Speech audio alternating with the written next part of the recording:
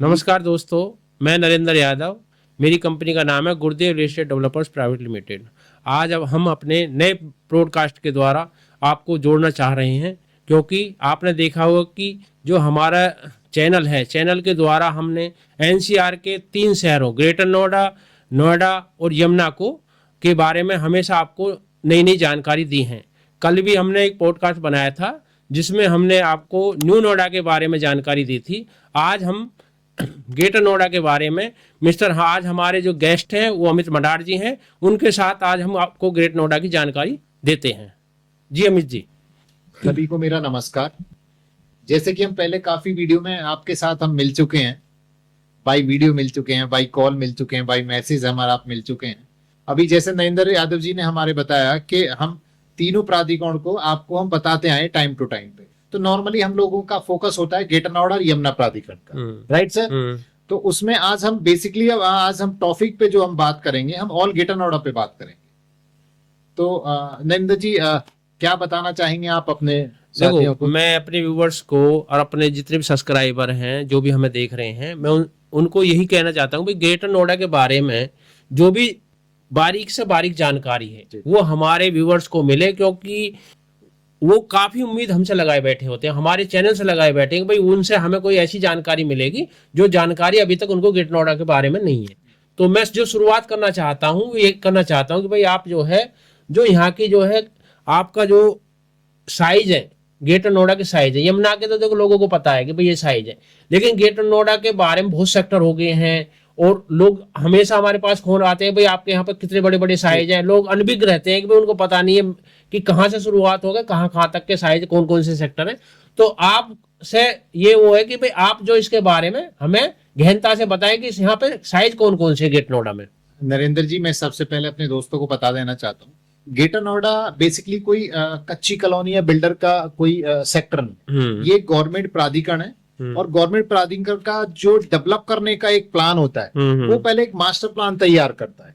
Master plan में ये एक अपने एक क्षेत्रफल को एक गाइडलाइन दे देता है कि हम इस फॉर एग्जाम्पल 2000 से 2021 तक का हम ये डेवलप करेंगे, ये हमारा मानचित्र है। तो उसमें होता क्या है कि इसमें बहुत अच्छी खूबियां होती हैं जो प्राधिकरण के अपने सेक्टर होते हैं। इसमें होता क्या है नरेंद्र जी, के इसमें रेजिडेंस और कॉमर्शियल और इंडस्ट्री इसको कभी मिक्स नहीं किया जा सकता जी, जो हमारी तीनों प्राधिकरण अभी तक करती है। बेसिकली क्या है, अगर आप कहीं रेजिडेंस सेक्टर ला रहे हो तो उसके बहुत करीब में इंडस्ट्री नहीं होगा जी। और रही बात कॉमर्शियल की, कॉमर्शियल बेसिकली होता क्या है, हर बंदे की नीड होती है, चाहे वो इंडस्ट्रियल है चाहे रेजिडेंशियल है। तो यहाँ पे तीनों को 3 दिशा दी गई है। उसमें होता क्या है, जैसे अभी मैं आपको अपने दोस्तों को बता देता हूँ कि यहाँ पे अगर हम पहले एक पर्टिकुलर एक साइज पे हम बात कर लेते हैं। यहाँ के जो रेजिडेंस के साइज हैं, जो अगर हम पुराने सेक्टरों की बात करें, जैसे बीटा हो गया, सेक्टर 36 हो गया, अल्फा हो गया, इनमें 40 मीटर का भी आपको साइज मिल जाता है। बहुत बड़े लेवल पे रेशो पे साइज नहीं है। उसके बाद हम आ जाते हैं 60 मीटर पे। 60 मीटर पे काफी मैं मानता हूं कि यहाँ पे 60% सेक्टरों में 60 मीटर का साइज आपको मिल जाता है। अच्छा। उसके बाद हम 90 मीटर में भी आ जाते हैं। फिर 100 मीटर में भी सिर्फ अल्फा 1 और अल्फा 2 में आ जाते हैं, या आपका सेक्टर 36 में आ जाते हैं। उसके बाद फिर अगर हम बात करें 120 मीटर की, तो नॉर्मली वो हर सेक्टर में आपको मिल जाएंगे। हर सेक्टर में जैसे 60% या 70% के जो ग्रेटर नोएडा के सेक्टर। उसके बाद फिर हमारे पास 150 का जो साइज मिलता है वो अल्फा 1 और अल्फा 2 में मिलता है, यह मिलता है आपको सेक्टर 36। फिर 150 मीटर का और कोई साइज यहाँ पे मिलता है। उसके बाद फिर हम 200 मीटर में आ जाते हैं। 200 मीटर में फिर आपको इक्वल आपको लगभग हर सेक्टर में साइज मिल जाए। अच्छा। उसके बाद फिर हम थोड़ा सा एक प्रीमियम क्वालिटी की तरफ चलते हैं। फिर आपको 250 मीटर भी मिल जाते हैं, ओमिक्रॉन जैसे सेक्टरों में मिल जाते हैं। 300 मीटर मिल जाते हैं। जो 300 मीटर के और 500 मीटर के और 1000 मीटर के साइज हैं, वो आई थिंक पूरे ग्रेटर नोएडा में मेरे हिसाब से 10% होंगे में। अच्छा। तो वो थोड़े से एक अलग सेक्टर बन जाता है। तो यहाँ साइज तो आपको 1000 मीटर तक का रेजिडेंस मिल जाएगा इन ग्रेटर नोएडा। अच्छा। अब जैसे कि आप नॉर्मली आप हमारे दोस्तों को बताते हो कि जो यमुना में साइजेस हैं वो अभी छोटे साइज तो अभी रिसेंटली आए हैं। 60 मीटर हो गया, 90 मीटर हो गया, 120 हो गया, 162 हो गया, 200 हो गया।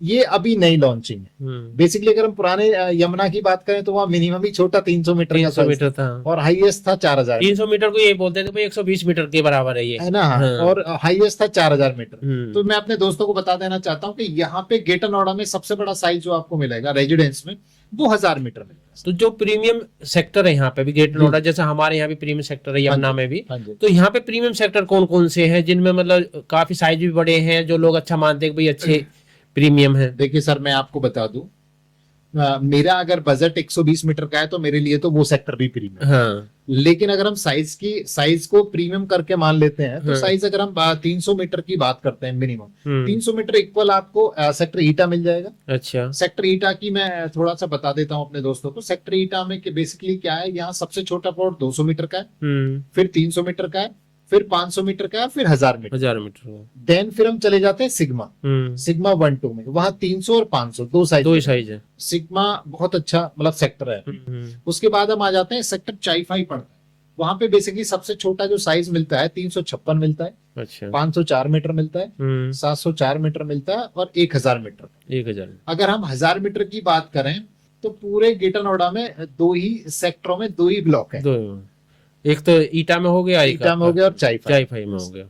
तो ये तो बड़े साइज को लेके और इक्वल इनमें बेसिकली क्या 200 मीटर से माइनस कोई प्लॉट।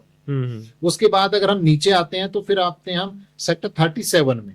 अच्छा। वहां पे इक्वल 2 साइज आपको मिलते हैं। 2 साइज, 120 मीटर का साइज आपको मिलता है, 200 मीटर का साइज आपको मिलता है। अच्छा। उसके बाद फिर हम अल्फा बीटा गामा जो हमारे पुराने सेक्टर हैं, डेल्टा 2 में भी आपको 120 और 200 मिलता है। बाकी नहीं तो फिर आपको जो साइज मिलते हैं वो आपको 60 मीटर भी मिल जाएगा, 40 भी मिल जाएगा, 120 भी मिल जाएगा। आप एक बताइए, देखो भाई ये साइज तो हमने बताई दी है सभी को, लेकिन क्या होता है कि भाई एक आदमी देखता है कि भाई मैं 60 मीटर 120 मीटर में जाना चाहता हूँ, तो आपकी नजर में वैसे तो सबके लिए सब बढ़िया ही है, लेकिन जैसे आपने इतने दिन से काम कर रहे हैं ग्रेटर नोएडा में, तो आपके हिसाब से मतलब 60 और 120 में प्रीमियम मतलब अच्छा जो ब्लॉक आप सेक्टर कह सकते हैं कि भाई कौन सा अच्छा, जिसमें आदमी को मतलब आपकी नजर में जैसा भी है कि भाई ये अच्छा है? देखिए नरेंद्र जी, नजर मेरी और आपकी तो बहुत अच्छी होती है, लेकिन अगर मैं भी एज ए आपके यहाँ परचेजर आता हूँ तो सबसे पहले मेरी फर्स्ट प्रायोरिटी होगी मेरा बजट। अच्छा। फिर मैं आपको अपना बजट बताऊंगा, फिर आप मुझे सजेस्ट करेंगे कि सर आपके बजट में ये सेक्टर बहुत अच्छा रहेगा। अच्छा। अभी अगर मैं अल्फा मतलब पुराने सेक्टरों को नाम ले लेता हूँ, अल्फा बीटा गामा डेल्टा, अगर इनमें और ओमिक्रॉन की तरफ चला जाता हूँ तो अगर मैं यहाँ 60 मीटर की बात करता हूँ तो यहाँ सिंगल स्टोरी मुझे 125 130 के आसपास मिलता है। अच्छा। अगर मैं ओमिक्रॉन की तरफ जाता हूँ तो हो सकता है मुझे चीज 1.5 के आसपास 1.10 के आसपास में, 10 से 15 लाख रुपए का अंतर है, ये गैप है। और दूरी अगर हमारी मानी जाती है तो 6 से 7 किलोमीटर की दूरी है। अच्छा। तो अगर 6 से 7 किलोमीटर का हम डिस्टेंस को करते हैं तो नॉर्मली पर 2 लाख रुपए किलोमीटर के आसपास। लेकिन एक चीज बताओ अमित जी, जो मैं भी जैसा घूमता रहता हूँ देखता हूँ, तो क्या ऐसा नहीं भाई मुझे महसूस होता है परिचौक के आसपास जैसे अल्फा बीटा है, इनमें थोड़ी ग्रीनरी वहां के मुकाबले आपके कम है? ये मैं भी बता देना चाहता हूँ। आप अगर कभी आप हमें हमारे दोस्त से सेवा देंगे तो आपको इस चीज का पता भी लग जाएगा। जब हम एक बार अल्फा जाएंगे और एक बार आउटर के जो नए सेक्टर हैं उनमें जाएंगे तो ऑटोमेटिक ग्रीनरी का मतलब बहुत चीजें चेंज हुई है। बेसिकली होता क्या है, मैं भी कोई चीज नहीं लॉन्च कर रहा हूँ एज ए बिल्डर या कोई भी, तो पहले मेरा अगर पहला दूसरा प्रोजेक्ट है तो मैं पहले में तो किसी अपने प्रोजेक्ट की सारी खूबियां दे ही नहीं सकता। अच्छा। क्योंकि होता क्या है कि मुझे बहुत ज्यादा प्लानिंग की पता नहीं होता। मैं प्लानिंग भी किसी की कॉपी करता हूँ। जैसे नॉर्मली लोग कहते हैं कि भाई चंडीगढ़ की कॉपी है, तो चंडीगढ़ में देखो आज भी हरा भरा है, लेकिन हो सकता है हम चंडीगढ़ की कॉपी तो हमने कर ली लेकिन इतना हम ग्रीनरी पे ध्यान नहीं दे पाए। उसके बाद फिर हम वो चीजें फील हुई, फिर हम नए सेक्टर जैसे जैसे नए नए खुलते गए तो उसमें हम इन चीजों को कंप्लीट कर चुके हैं। अच्छा। अब ये बताओ 120 200 में कौन से सेक्टर अच्छे हैं जो हमारे क्लाइंट जो है उन्हें देख सकते हैं, व्यूअर्स हमें कि भाई ये अच्छे हैं जिसमें वो प्लान बना सकते हैं रहने के हिसाब से? अगर हम इक्वल 2 साइज की बात करते हैं किसी भी सेक्टर, डेल्टा थर्ड है, डेल्टा सेकंड है, उसमें 120 मीटर का आपको मिल जाएगा, 200 मीटर मिल जाएगा। सेक्टर 37 है, उसमें भी आपको 120 और 37 मैंने देखा है, मतलब काफी अच्छा, उसमें मतलब अंदर एंट्री करते ही कुछ अलग नजर आता है, हाँ, अलग फीलिंग आती है। एक सर्किल दिया है, सर्किल के चारों तरफ कॉमर्शियल दिया है, मतलब एक अच्छी लेवल पे उसको मतलब मैंने देखा कि दोनों ग्रेटर नोएडा में यदि 120 200 में आप जाते हैं तो जो फीलिंग मतलब आपका 37 की सेम आती है, ऐसी मुझे जो फीलिंग आती है आपकी चाई-फाई की आती है। चाई-फाई तो वही फीलिंग मुझे जो नजर आती है वो छोटे साइज में आपका सेक्टर 37 में आती है मेरे हिसाब से, जो मुझे लगता है कि भाई ये बेस्ट है। तो मैं अभी अपने दोस्तों को बता देता हूँ, साइज तो आपको यहाँ लेके 60 मीटर से लेके और 1000 मीटर तक का आपको मिल जाएगा। जो भी आपका बजट, जो भी आपका आपके लेवल में या जो आप चाहते हैं वो आपको हमारे ऑफिस से सारी चीजें आपको मिल जाएंगी। आपको पहले कोई चीज आपको विजिट करनी है तो प्लीज आप ऑफिस आइए, हम आपको हमारे ऑफिस में से जो हमारे सीनियर हैं, हम हैं, जो भी टाइम पे मिलेगा आपको कंप्लीट सुविधा दी जाएगी और आपको पूरे सेक्टर आपके अकॉर्डिंग आपको विजिट कराए जाएंगे। अभी अब नरेंद्र जी आपने बोला था कि कॉमर्शियल का क्या सिस्टम है। हाँ।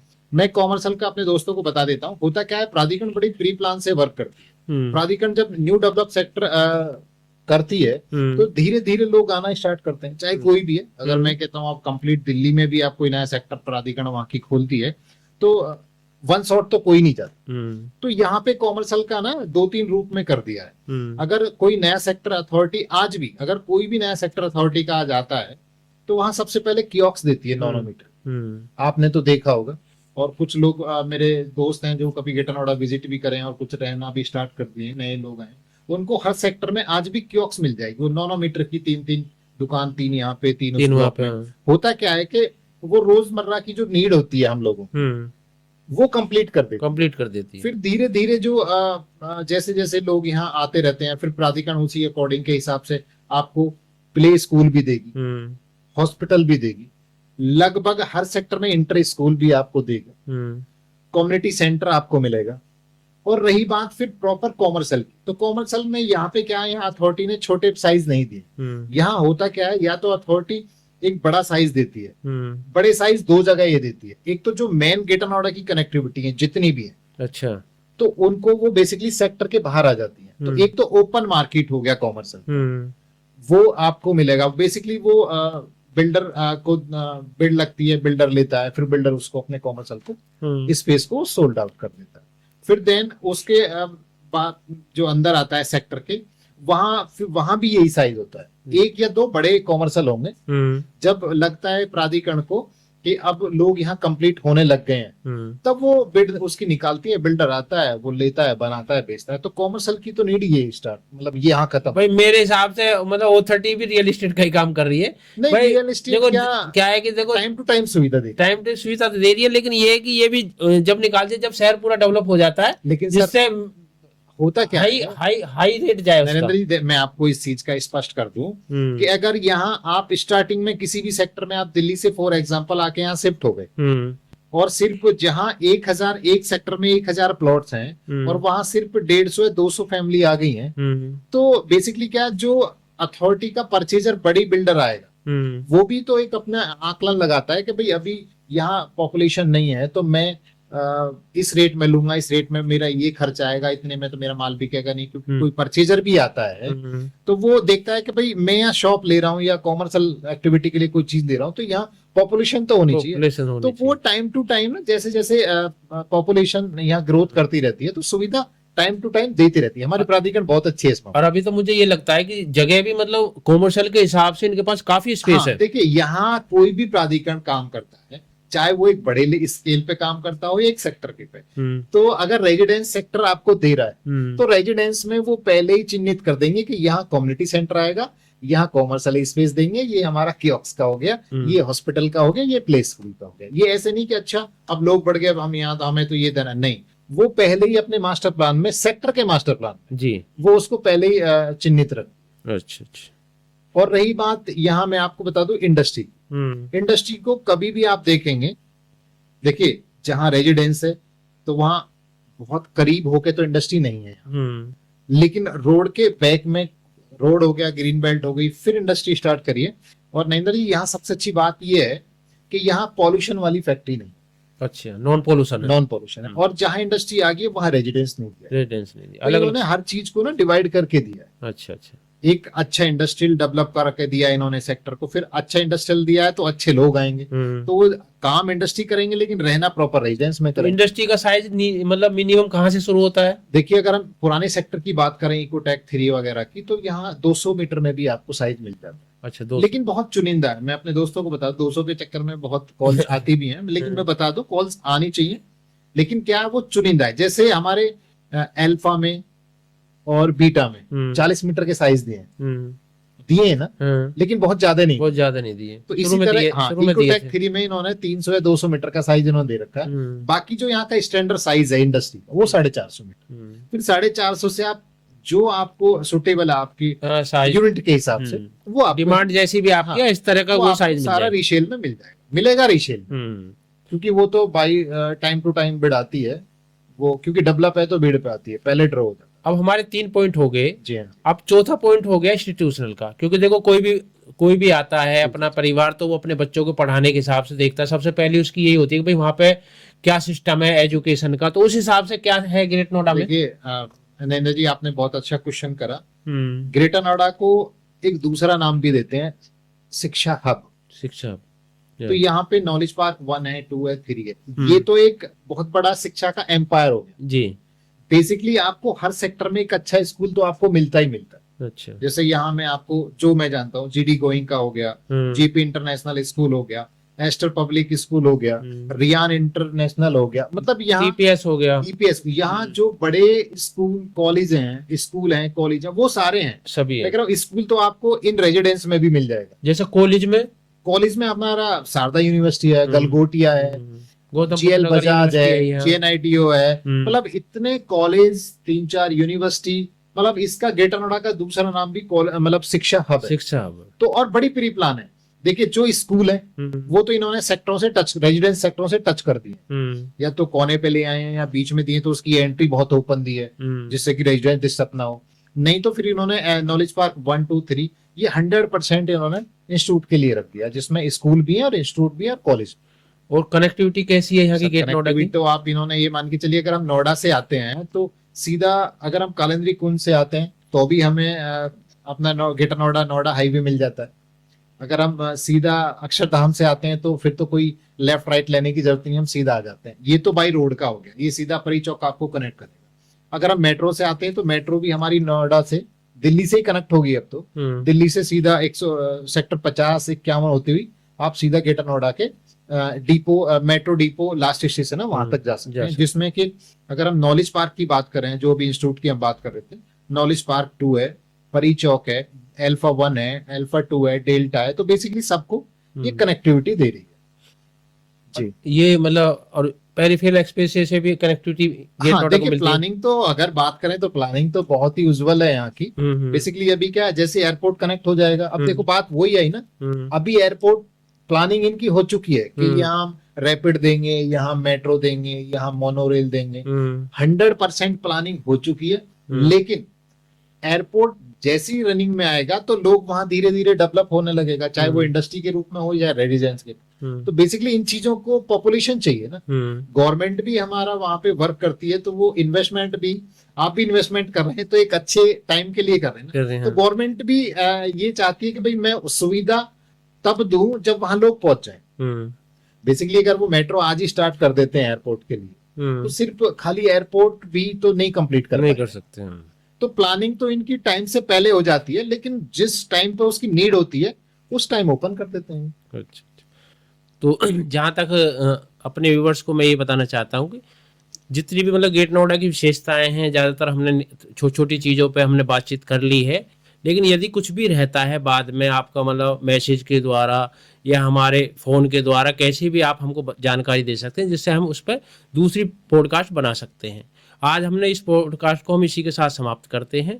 दूसरा मैं आपसे ये कहना चाहता हूँ कि जो है हम नेक्स्ट पॉडकास्ट के साथ और किसी के साथ जुड़ेंगे, और आपसे ये उम्मीद करते हैं कि भाई हमारे जो चैनल है उसको रेगुलर सब्सक्राइब करते रहें, आप देखते रहें, और जो भी क्वेश्चन मार्क आपका है उसको हम पूरा करेंगे। हमको उसके लिए आप जानकारी समय समय पर देते रहें। बेसिकली हम जो लाइक और शेयर के लिए बात करते हैं कि जो हम नॉलेज, जो हम छोटी मोटी नॉलेज रखते हैं वो हम आप तक पहुंचा देते हैं, और हम आपसे रिक्वेस्ट करते हैं कि जब आप इस चैनल को और बढ़ाएंगे तो वो नॉलेज और दूर तक जाएगी। तो ये हमारी बस आपसे रिक्वेस्ट है कि इसमें आप बढ़ाते रहिए, जानकारी जितना जो हमें टाइम टू टाइम मिलती रहेगी वो हम आपको देते रहेंगे।